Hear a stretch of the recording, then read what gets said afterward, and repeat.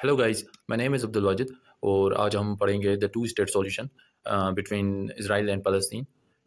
इसके बारे में हम पढ़ेंगे कि ये अगर पॉसिबल है तो कैसे मटीरियलाइज़ करेगा, मतलब कि इज़राइल और फ़लस्तीन कैसे मतलब एक दूसरे के साथ रिलेशंस कायम करेंगे। और अगर ये हो जाता है सिनेरियो कायम तो फिर उन दोनों के नक्शे कैसे होंगे, तो वो सारी चीज़ें हम इसमें पढ़ेंगे और ऑब्स्टिकल्स वगैरह भी इसकी हम पढ़ेंगे, डिस्कस करेंगे डिटेल में। तो पहले हम इसका हिस्टोरिकल व्यू पॉइंट पढ़ते हैं कि कौन सी इवेंट्स थी हिस्ट्री में जिन्होंने इस पे जो मॉडर्न हिस्ट्री है इजराइल और फ़लस्तीन की उनको शेप किया। तो पहले तो हमें पता है 1947 में यूएन पार्टीशन प्लान लाया गया। तो आपको पता होगा कि इजराइल जो था पहले एग्जिस्ट नहीं करता था, लेकिन western nations such as United Kingdom और फ्रांस ने जूस को एक पनाहगाह प्रोवाइड की इन फ़लस्तीन, और जिसकी वजह से वहाँ पे इश्यूज़ हुए तो यूएन ने 181 रेजोल्यूशन प्रपोज की जिसके तहत जूइश स्टेट कायम की जाएगी और उसको 56% of the Palestinian territory provide की जाएगी और फ़लस्तीन को 44% ऑफ द टेरिटरी प्रोवाइड की जाएगी।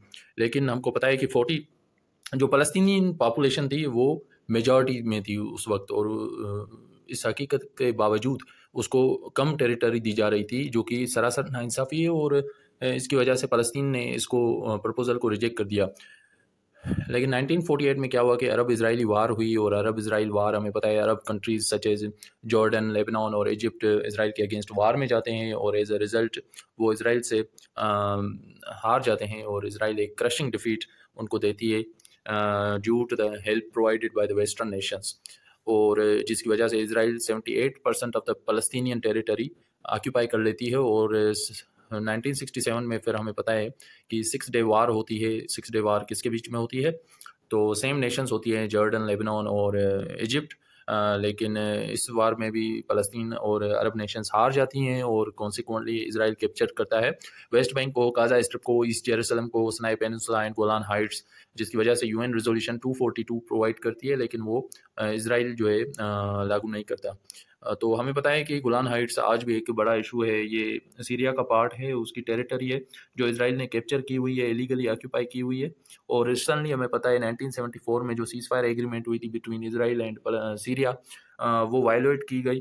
और इजराइल ने जो बफर जोन था गोलान हाइट्स और सीरिया की बाउंड्रीज के बीच में उस पर एयर स्ट्राइक्स की और उस पर इन्वेट किया है। तो ये सारी डेवलपमेंट्स अभी टेक प्लेस कर रही हैं। तो आज हम देखते हैं कि आगे क्या होता है। तो कुछ सिग्निफिकेंट पीस डेवलपमेंट्स भी जगह लेती हैं 19 सेंचुरी में, और उनमें एक ओस्लो अकॉर्ड्स होते हैं जो कि यूएस प्रेसिडेंट मेडिएट कराते हैं बिटवीन फ़लस्तीन एंड इज़राइल।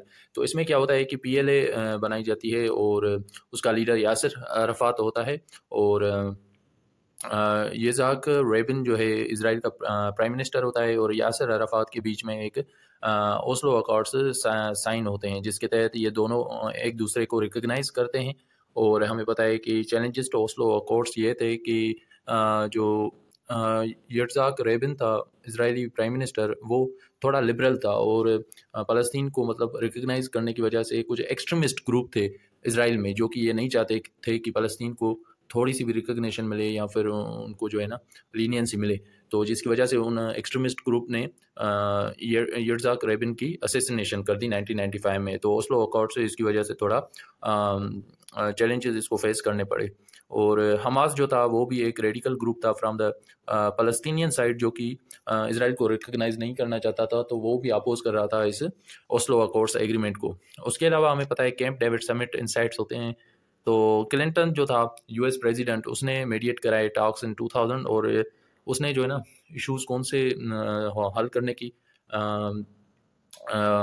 दी, मतलब मीडिएट कराई। तो वो जेरूसलम थे, बॉर्डर इश्यूज थे और रिफ्यूज इशू थे। तो हमें पता है फ़लस्तीनियन 7 लाख फ़लस्तीनियन जो है ना डिस्प्लेस थे in 1948 due to the coming of Jews in into Palestinian territory. So now we know कि आजकल जो इश्यूज़ हो रहे हैं वो सिक्योरिटी के हैं, टेरिटोरियल डिस्प्यूट्स हैं। उसके अलावा हमें पता है कि जेनेवा अकॉर्ड ने कुछ सॉल्यूशन हल प्रोवाइड किए जिसके तहत जो लैंड स्वैप एग्रीमेंट थी, लैंड स्वैप एग्रीमेंट ये है कि आपको मतलब, तो लैंड स्वैप ये थी कि जहाँ पे फ़लस्तीनियन मेजॉरिटी पॉपुलेशन होगी वो लैंड फ़लस्तीन को दी जाएगी, और अगर वहाँ पे इजरायली सेटलर्स मौजूद हैं तो उनको वहाँ से रिमूव किया जाएगा। और सिमिलरली अगर जहाँ पे इजरायली सेटलर्स की पॉपुलेशन है और वो सेटल्ड हैं, तो वहाँ से फ़लस्तीनियन जो पॉपुलेशन है उसको रिमूव किया जाएगा।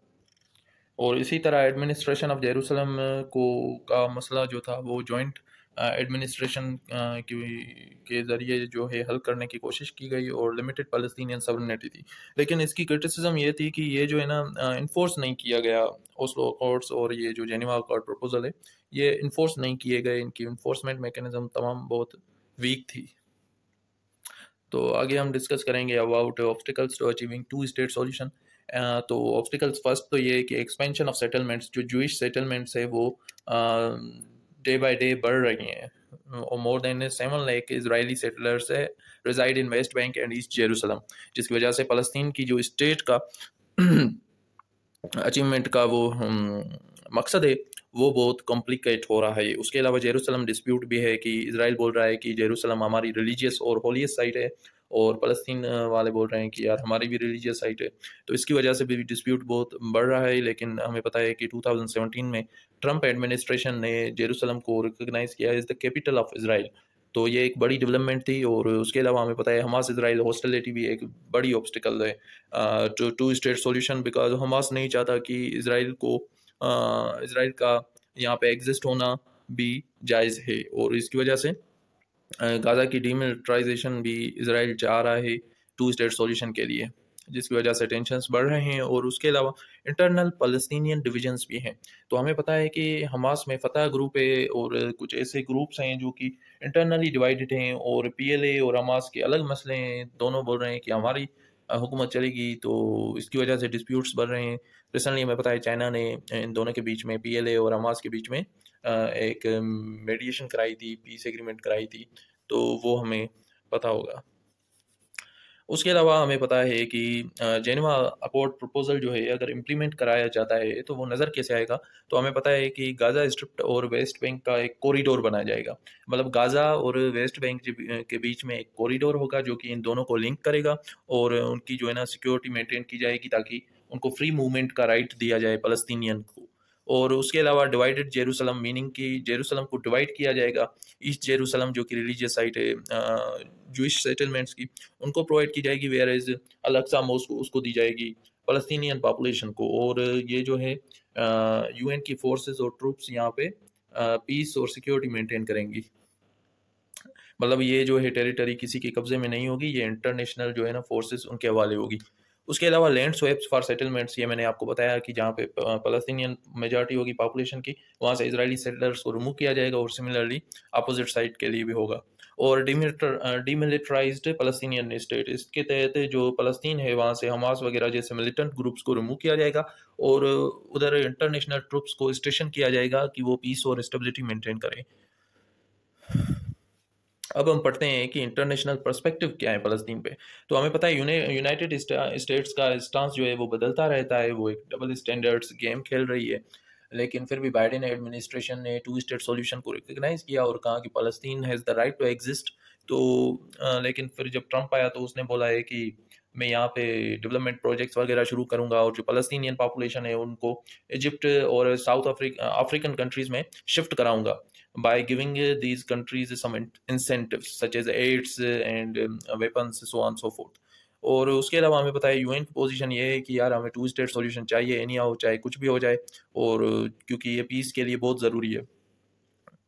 यूरोपियन यूनियन का व्यू भी यही है, लेकिन वो भी बायस्ड हैं टुवर्ड्स इसराइल, और डबल स्टैंडर्ड्स शो करते हैं। ये सिर्फ बातें ही करते हैं कि यार इसराइल एक टू स्टेट सॉल्यूशन होना चाहिए, लेकिन इनके एक्शंस कुछ और ही बताते हैं।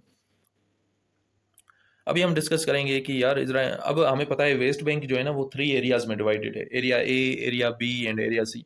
अब एरिया ए जो है ना वो 18% ऑफ द टेरिटरी है, और वहाँ पे जो है ना फ़लस्तीन को एडमिनिस्ट्रेटिव और सिक्योरिटी दोनों खुद कंट्रोल करती है पीएलए।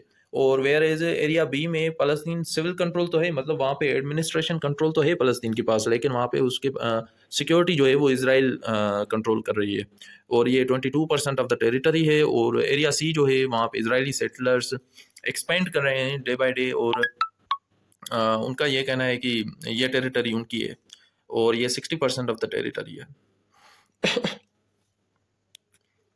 तो हमें पता है कि लास्टिंग पीस के लिए कुछ स्टेप्स लेने पड़ेंगे, जिसमें से एक ये है कि आप जो है ना पीस टॉक्स इस्टेब्लिश करें between these two warring nations, and इसके लिए चाहिए होगा कि वो नेगोशिएशन टेबल पे आएँ और डिस्कस करें, डायलॉग करें, बजाय कि एक ब्रूटलिटी शो करें और जेनोसाइड वाला कैंपेन शुरू करें, जैसे कि इजराइल ने किया है फ़लस्तीन में। More than 50,000 Palestinians have been dead since the October 7 इन्वेशन of Israel, okay, तो बाय हमास। और उसके अलावा हमें पता है कि फ्रीज ऑन सेटलमेंट्स, मतलब जो settlements day by day expand कर रही हैं इसराइली सेटलर्स, उनको रोकना है और लैंड स्वेप वाली एग्रीमेंट को इस्टेब्लिश करना है। उसके अलावा म्यूचुअल राइट्स जो हैं वो रिकग्नाइज करने हैं, फ़लस्तीन राइट टू डिटर्मिनेशन और right to existence, free movement, these rights are to be recognised, ठीक है। और support from global powers is also needed. US, European Union, Arab states should do something for the betterment of Palestinian state. उसके अलावा हमें पता है कि alternative proposals क्या हो सकते हैं, वो हम देख सकते हैं कि वन स्टेट सॉल्यूशन भी हो सकता है, जिसमें इसराइल और फ़लस्तीन दोनों साथ रहेंगे, शेयर्ड गवर्नेंस होगी और यहाँ पे जो है एक सिंगल स्टेट होगी। लेकिन यहाँ पे मसले हो सकते हैं, लेकिन हमें क्या करना है कि एक पीसफुल कोएग्जिस्टेंस और हारमोनियस स्टेट इस्टेब्लिश करनी है, और फ़लस्तीनियन और जूस जो हैं वो दोनों साथ में रहेंगे। Advocacy for equality, proponents argue it provides equal rights for both group fostering peace and collaboration, मतलब कि अगर इक्वल राइट्स अगर दोनों ग्रुप्स को दिए जाए तो एक पीस और कोलैबोरेशन वाला एनवायरनमेंट इस्टेब्लिश होगा, जो कि इंश्योर करेगा कि ये दोनों साथ में रह सकते हैं इन अ सिंगल स्टेट। तो लेकिन इजरायली स्कॉलर्स बोलते हैं कि अगर ये वन स्टेट वाला सॉल्यूशन लागू किया जाता है तो जूइश जो आइडेंटिटी है वो ख़तरे में आ जाएगी। यहाँ पे भी double standards of western nation show होता है। और उसके अलावा हमें पता है कि फ़लस्तीन में कुछ एक्सट्रीमिस्ट ग्रुप या मिलिटेंट ग्रुप्स हम कह सकते हैं, जैसे कि हमास हो गया, वो इस को अपोज करते हैं। वो बोल रहे हैं यार, एक तो टेरिटरी भी हमारी कब्जे में की गई और हमें ही बोला जा रहा है कि आप यहाँ से निकलो, ये तो गलत बात है। तो ये जो है ना एक बड़ी ऑब्स्ट्रक्शन है in the path to peace. और उसके अलावा हमें पता है हिस्टोरिकल कंटेक्स्ट तो वो भी बहुत बड़ा कॉम्प्लेक्स इशू है और ये इजीली इतना हल नहीं हो सकता unless global powers and world powers unite and pressurise Israel to do something for the existence of Palestinian and establishment of Palestine. So this is how it unravels. Now we need to conclude this. So we have studied about how significant events in the historic history have shaped these two states' modern developments, and हमें पता है कि ये issue इतना आसानी से हल नहीं हो सकता और टू स्टेट सॉल्यूशन हो सकता है अगर दोनों नेशंस को वर्ल्ड पावर्स प्रेशराइज करें। अनलेस वो प्रेशराइज नहीं करेंगे और बायस्ड होंगे टुवर्ड्स फ़लस्तीन, तो ये इशू इतना आसानी से हल नहीं हो सकता और टू स्टेट सॉल्यूशन मुमकिन नहीं लग रहा अगर यूएस और वेस्टर्न नेशंस प्रेशराइज नहीं करेंगे इसराइल को। और उसके अलावा हमें पता है कि यूएन भी जो है ना रिटेंडेंट हो गई है, वो आउटडेटेड है, वो सिर्फ वेस्टर्न नेशंस को प्रमोट करती है और उनके इंटरेस्ट को प्रमोट करती है। तो ये इशू इतना आसानी से हल नहीं होगा। लेकिन हमें पता है कि अगर ये रिजोल्व नहीं किया जाता कॉन्फ्लिक्ट, तो डे बाय डे फ़लस्तीनियन जो लोग हैं वो ग्रीव करेंगे और उनके फ्रस्ट्रेशन बढ़ेगी और वो मिलिटेंसी में जाने लगेंगे, जिसकी वजह से एक ब्रॉडर रीजनल वारफेयर शुरू हो सकती है और उसके कॉन्सिक्वेंसेस बहुत भयानक भी हो सकते हैं। बल्कि यूएन वालों ने कहा है कि अगर ये वार यहाँ पे नहीं रोकी गई तो ग्लोबल पीस जो है वो खतरे में आ जाएगा। तो that's it from my side and hopefully you have grasped this concept and we move to next topic. Inshallah, next time we are together.